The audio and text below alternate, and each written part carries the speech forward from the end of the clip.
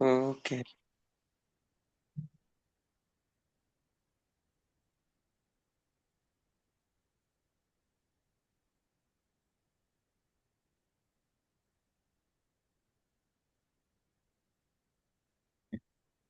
You can see it now, right? Yes.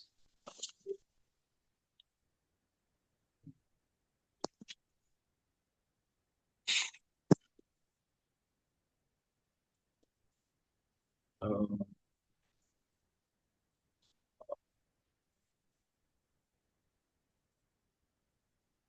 I just start from December.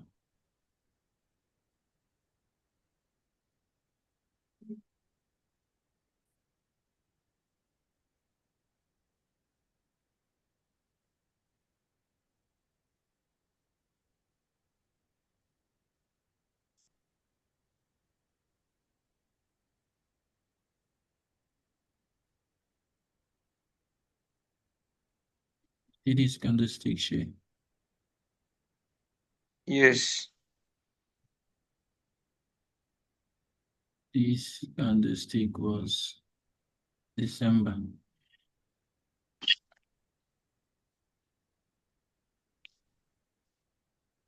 Uh, um, I believe I've taught you about that open like manipulation after opening manipulation and then distribution, that kind of a thing.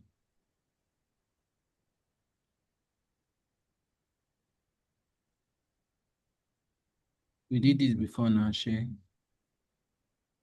Yes. So if you look at this 1 trade time frame now, you'll notice that it's the same thing that occurred over and over again. All these opening prices here.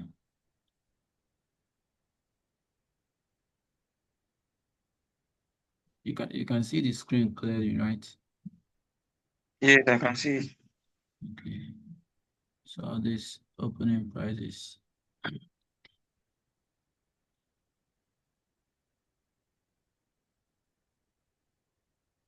So other than this place now, other than this July, this candle slow now. Let me zoom it.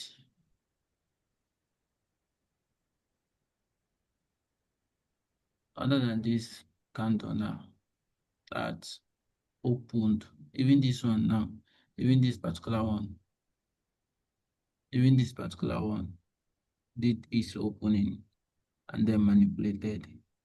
That is accumulation, manipulation, and distribution, and distributed to the upside.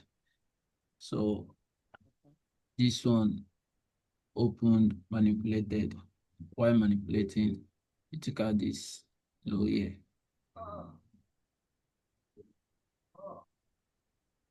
Took out this low here. And then like this fair value gap. And then started going up. And so this thing now right here is most of the time the basic stuff that I normally use, and is I swear it's almost the same thing that I've been, telling you and all that, even from the first section that we actually did, that first period. Because if you take a look at this thing now, this is total soup, price total soup this place, and then started moving high. So you know that every month you're expecting price to accumulate, manipulate, and then distribute. So what does that mean to you is that you have to, during the manipulation and accumulation phase, you just have to chill and then wait for market to maybe turn around, and then you get in sync with the flow. So let me put it this way. Let's say in a month, market has this in a month, market have 4 candlesticks, which is that for weeks in a month. And then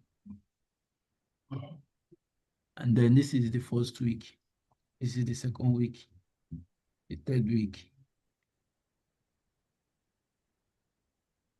the third week, and the fourth week.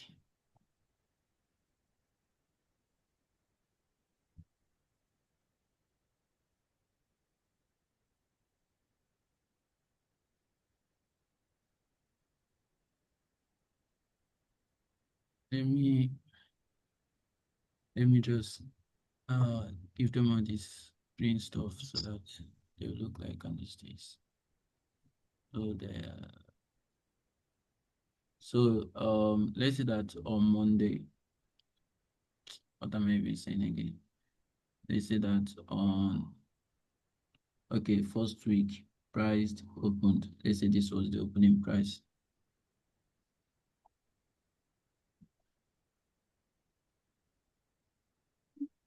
So let's say this price opened and then started dropping low.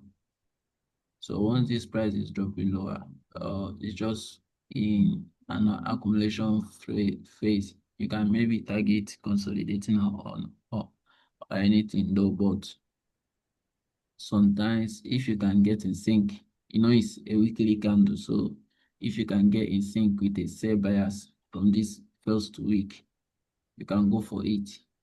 And then second week, if you can get another sell up from this particular place, then you can go for it.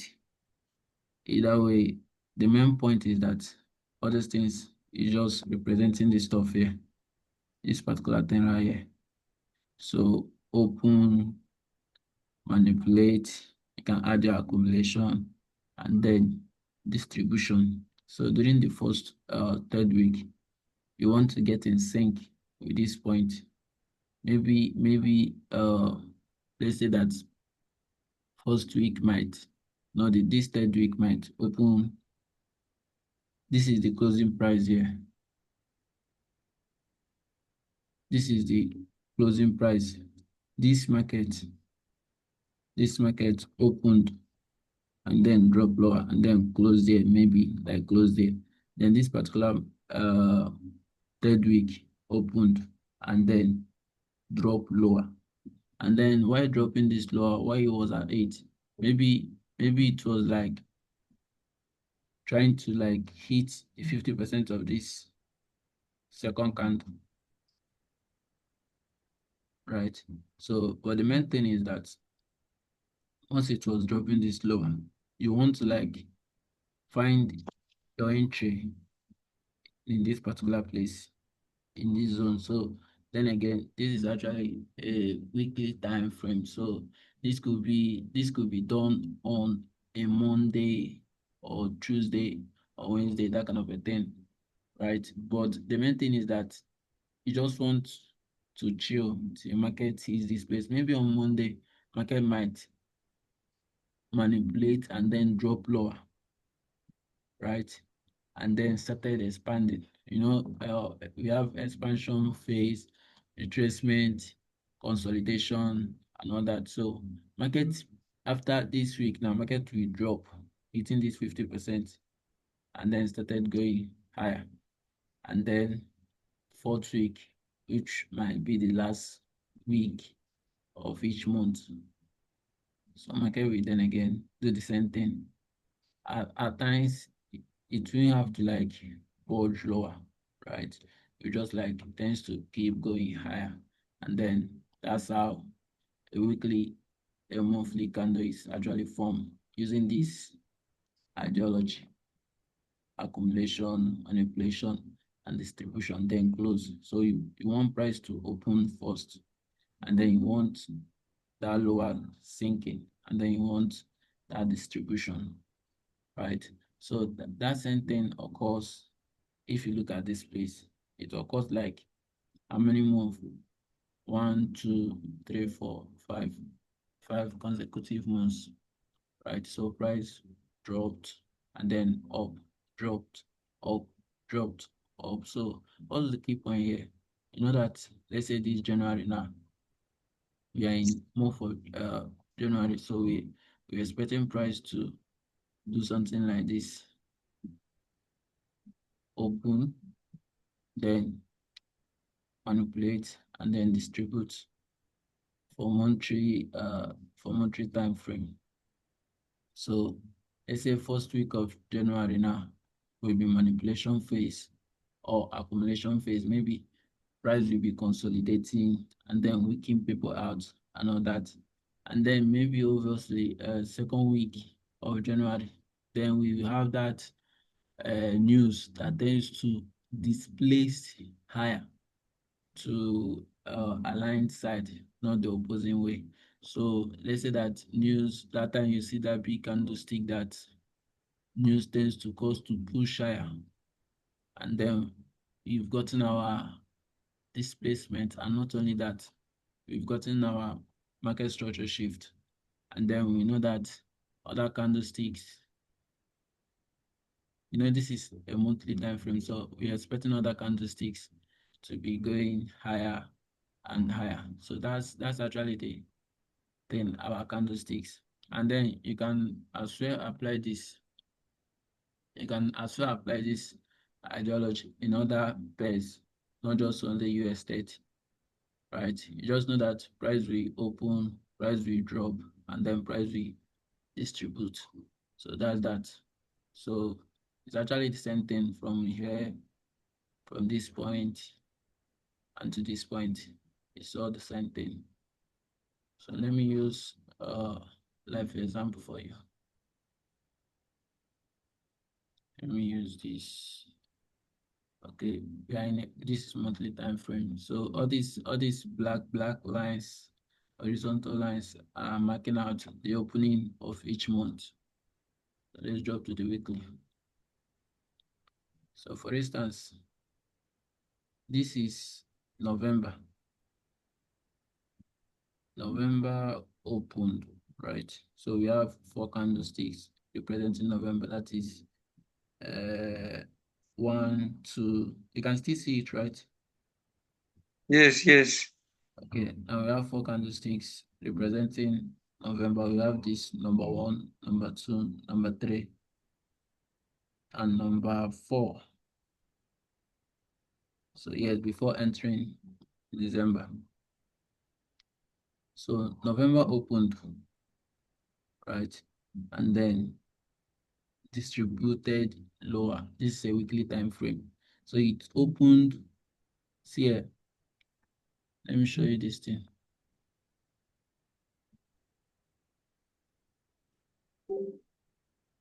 So when this candle now, this first week of November opened, even though in as much as the thing was actually dropping lower, right? If you look closely, you notice that in that opening price did descend, shall I call it that candle range theory. Price opened and then manipulated higher and then dropped lower and then closed.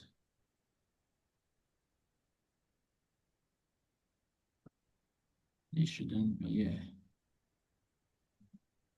So if you take a look at this place now, price opened, the opening price, I told you that the horizontal lines are for the opening prices.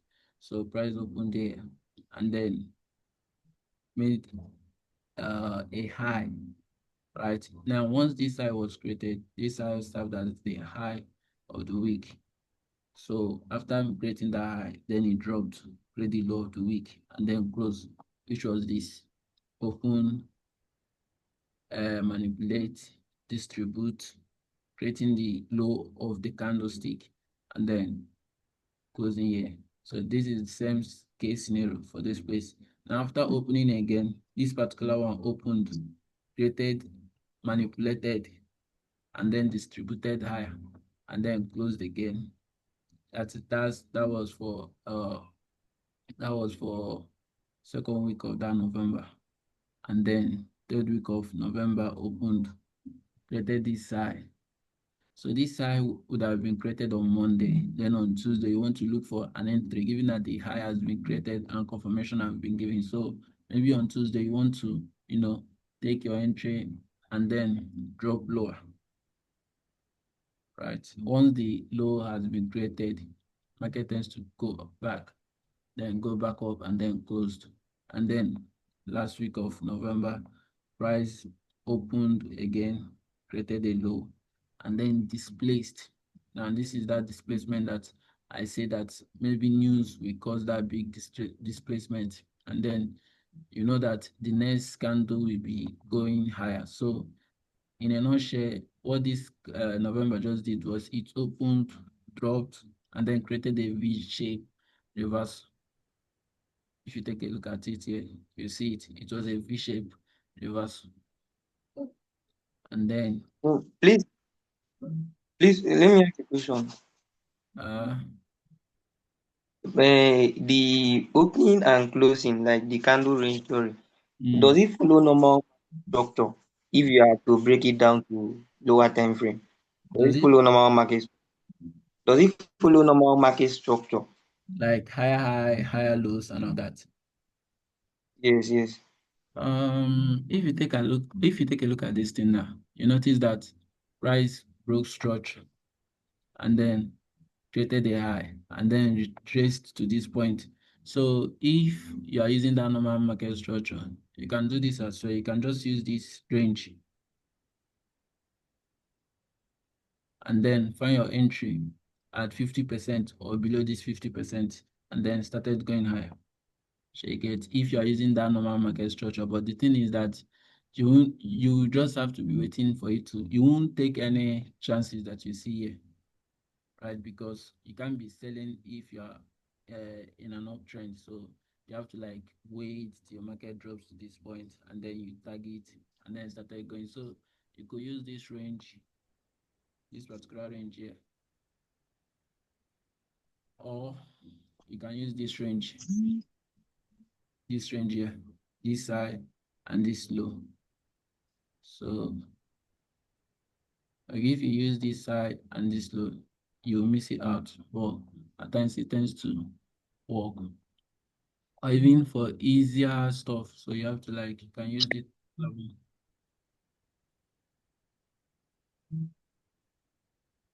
You can use it and buy at 65% of this, 52% of this Fibonacci. Okay. When I said you could use this range, see, when I say you could use it, you see, you don't have to like just place your limit entry that particular point. You have to like wait for confirmations and all that so that you don't get wicked out. So when I say you could use this range, yeah, price did tag it, this high and this low. So this was a breaker block, a low, a high, a lower low. So if you mark it out, or if you use this particular point, you notice that this was a breaker block. So price actually did tagged it here. So if you are using that normal market structure, you can still use it, right? Candle range theory, it does use that market structure because when market opens and created this high and then started going lower, why it was at it, so you know that it was actually doing this. It was creating a high inside this range. It was creating a high, a low, a high, a lower low, a high, a lower low, a high, a lower low.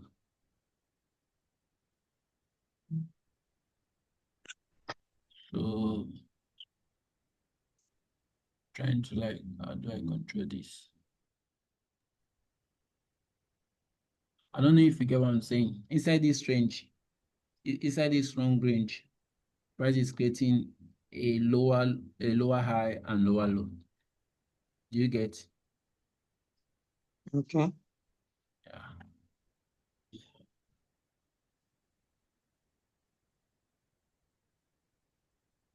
So then this was this was first week of December.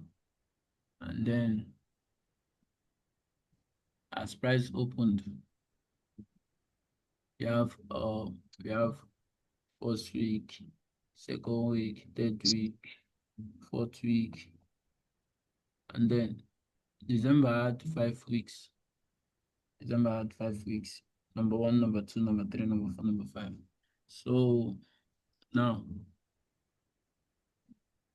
this was an opening price. Price retraced lower. So and I told you something about using this thing to mark out your range. So once you've marked out your range, sometimes you don't want price to like hit this 50%. You just want to look for a higher key level from this point and then started moving higher. So that's actually what occurred here. So market dropped inside this zone and then started moving higher. So maybe on a daily time frame, that was a favorable gap. I'm not sure though. Well, price created a low and then started displacing higher. The second week, price created a low and started moving higher. Third week, price created a high and then moving lower. Fourth week, and then this week was actually sketchy because price was doing something I don't know. Price delivery was somehow bad. I got stopped at a lot. So a whole week just had this 500 price pips delivery. But this one had up to 1,000. So price should be having in a week, price should be having at least up to 1,000 or 1,005 or 2,000 pips. It should be giving out at least this amount of pips, right? At least anything below, anything below, anything below 1,000, especially 500. That thing is not a good week because price will move to your entry and then started doing rubbish. So, that's actually the whole case scenario, right? So just look for your range and all that. So then after that, you can move down to your daily time frame.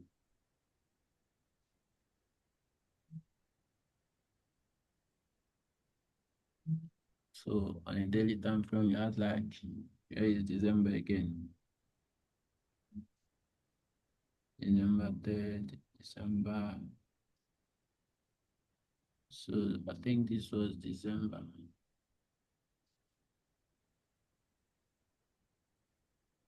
So this was December. Price was like created a high, retraced, and then created a high. So this was, I took this trade, this particular one, to take out this high. And then I took this one to take out this particular point. Right. So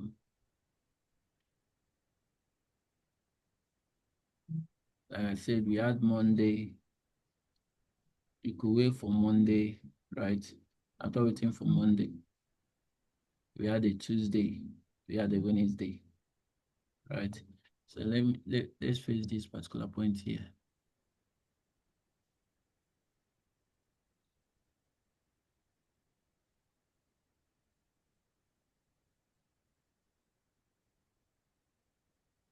So if you okay, let me do it like this, even better way. Yeah, let me use this stuff. Let me use this stuff. No,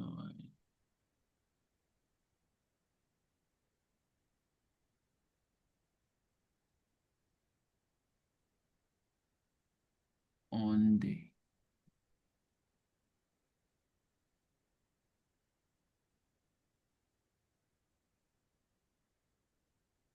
why is this thing not duplicate?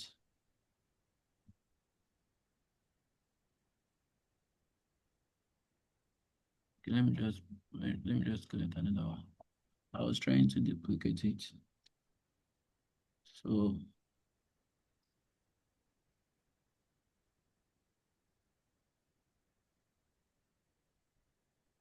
um so if you take a look at this particular point, Monday created a high and then dropped. After dropping, I did this video on YouTube. You can check it. on the YouTube.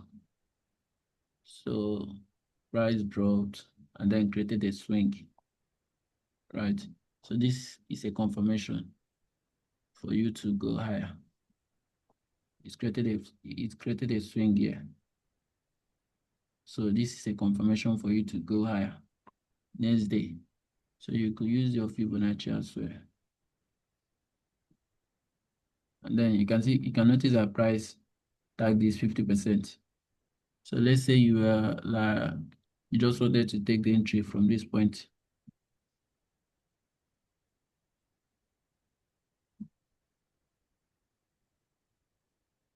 That's 3 hours. You have 3 hours. But if you drop on a lower time frame, or let's say you could get a lot of pips if you like drop lower. So price created a swing after dropping Monday, Tuesday, this is Wednesday, Thursday, Friday, but this is the main price delivery. So inside this fair value gap was serving as a higher time frame 11. And then if you drop on a 4 hour time frame,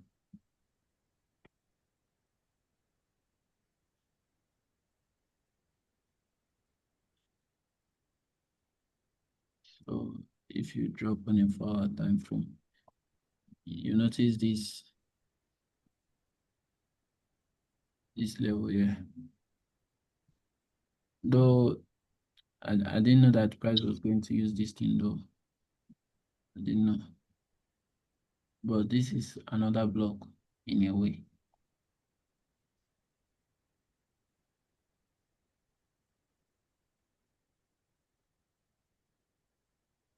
So on a 2 hour time frame,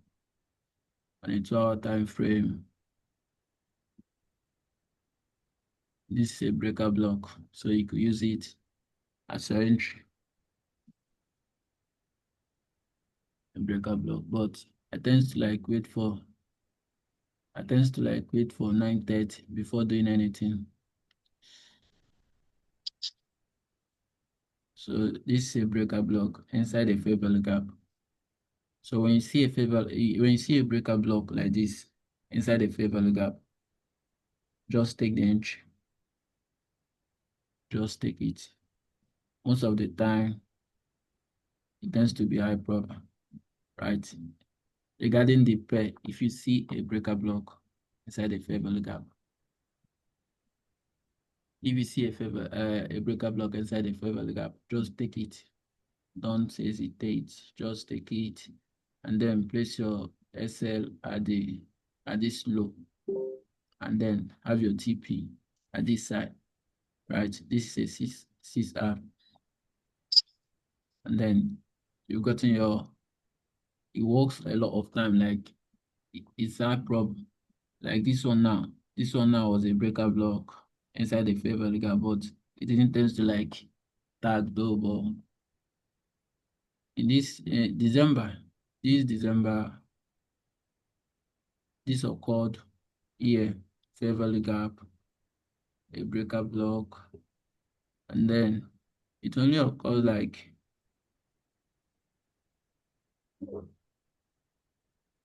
it's not something that you see every day though. But you see this particular setup, you see take it. It doesn't occur every day. What tends to occur is like using fair value gaps as your entry. Because this particular place, if you use this fair value gap as your entry, you win the trade. I believe I took this trade. You win it. So I think this thing here, let me go on it. Let me drop on it 5 minutes after.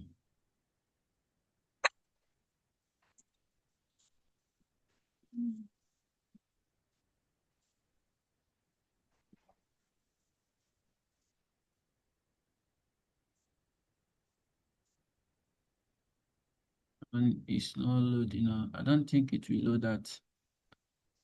Uh, Maybe it will not load it.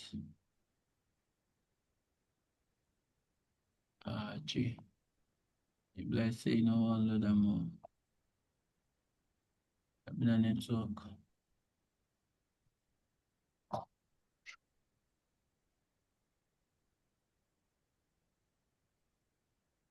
My network is not stable. Network wasn't stable. So okay. Uh this is actually enough. So you remember that candle range theory of a 10. So let's go back to this was Monday, Tuesday. Okay, this was Sunday. Let me mark this thing out.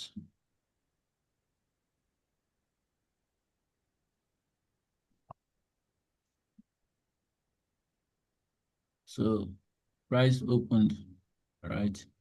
And then was accumulating, range, and then dropped, and then hit a hard time frame key level. And then you had the market structure shift here. So at this market structure shift, I'm still telling you this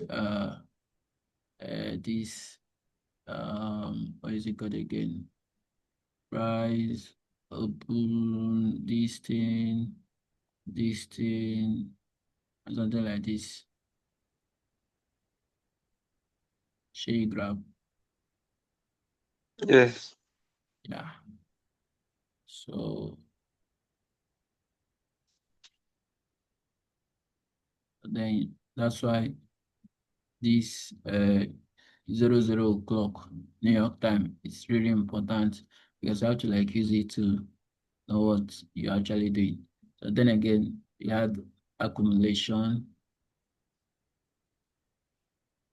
price accumulated from this point, and then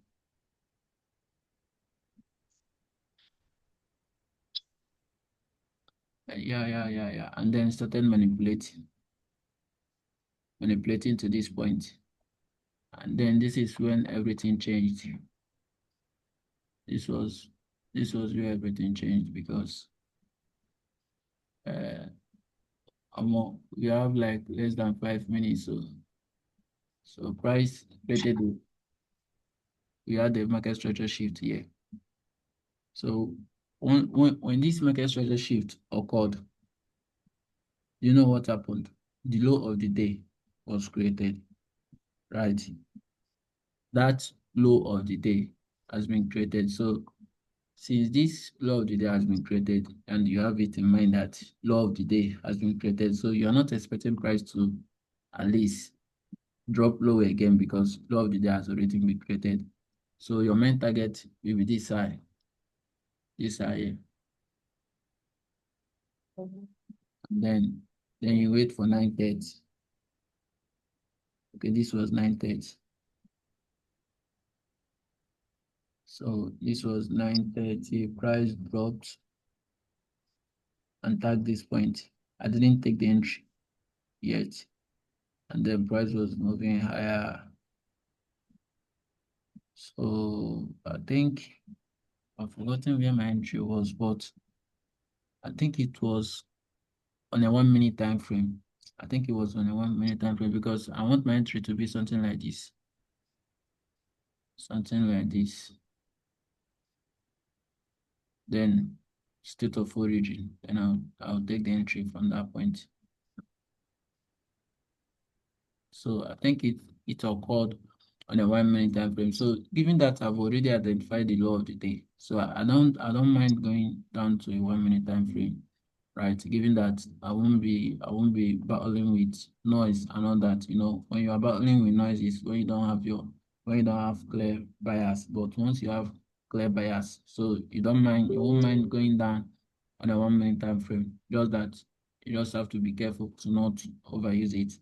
So if you review everything now that we've treated, you notice that it's actually that same thing, that same stuff. It's just same ideology. So that's everything. I don't know if you Please let understand. me ask a Yeah, yeah, please let me ask a question. yeah. The 1 minute the 1 minute time frame market structure shift, does it happen inside the fair value gap that you're about to take entry? Yeah, because that's confirmation that it's going to go up, right? If it doesn't occur, sometimes price tends to like tap it and then just moving higher, that kind of a thing. But times I don't like that kind of a thing because it might tap it and then overdo it, and then you get stopped out. So that 1 minute time frame is actually important. So you have to be occurring inside at your key level that you marked. Yes. Then how about liquidity? Like liquidity, this kind of liquidity sweep, do you consider all those stuff before taking the end? Mm, if that's the case, this is our liquidity now. Shall you get these two lows are the liquidity inside this particular point. So you just have to like take it and all these things. Liquidity is actually important though, but it's not at times the entry tends to be like this. If you take a look at this particular point now, we had the liquidity though, but it is just a fair value gap. And then this is just, I think, support and resistance. So this was just a supply zone. Price dropped and then started going higher. So it did collect some liquidity. This particular small liquidity, it did clear it though. Uh, that's that. And then yeah, liquidity is important. Just that I don't tend to like give it that other mind. If you take a look at this space now, there wasn't any liquidity though, but price did this thing. So this was Wednesday after 9:30. After 9:30, then price retraced. So after that 9:30, you could use this range and then use your long position and then take out this thing. So during my own time, what I did was I just entered this particular point because I've seen that price has already tagged this particular point. So I took my entry here. Then You were saying?